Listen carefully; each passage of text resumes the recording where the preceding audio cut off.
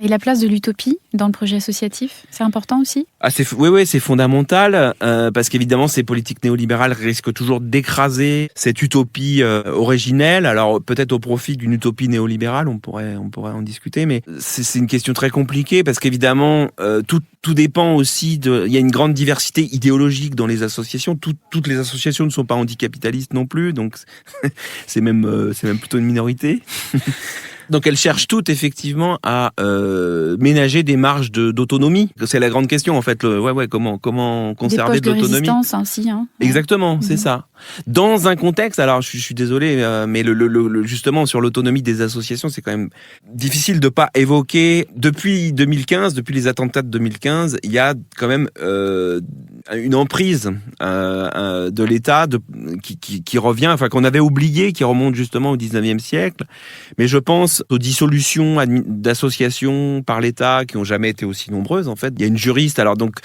La possibilité de dissoudre les associations, que l'État a de dissoudre les associations, ça date de 1936. C'est le moment donc où il y a les mouvements d'extrême droite étaient importants. Où au nom de la défense de l'État républicain, le gouvernement de l'époque, Front Populaire, c'est autorisé, c'est donné la possibilité de dissoudre les associations, ce qui est un paradoxe dans un État républicain qui se fonde sur les normes de la démocratie libérale, où la société civile doit avoir une place. Donc c'est une disposition qui a été utilisée avec parcimonie par l'État et les gouvernements depuis 1936. Mais on observe, il y a des travaux de juristes, notamment Stéphanie Hennette-Vauchez, je pense à elle, qui observent que depuis 2015, on n'a jamais comptabilisé autant de dissolutions d'associations. Il y en a plus d'une trentaine depuis 2015, ce qui est beaucoup. Beaucoup, parce que je crois que il y a eu autour de 120 dissolutions d'associations depuis 36 et depuis 2015 une trentaine. Donc voilà.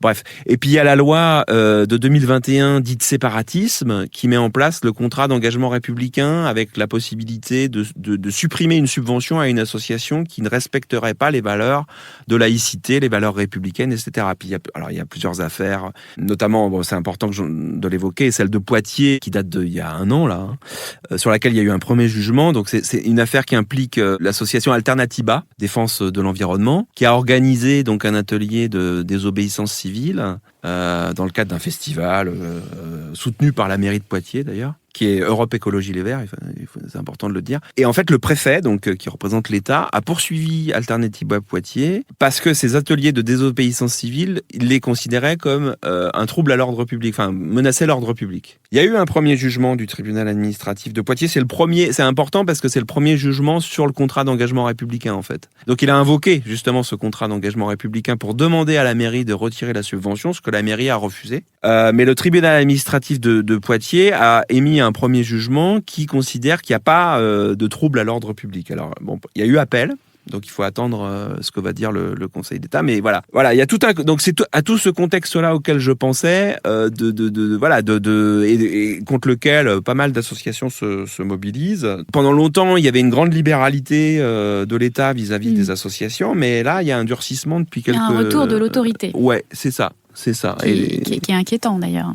Oui, qui a été dénoncé par la Ligue des droits de l'homme, le mouvement associatif, etc.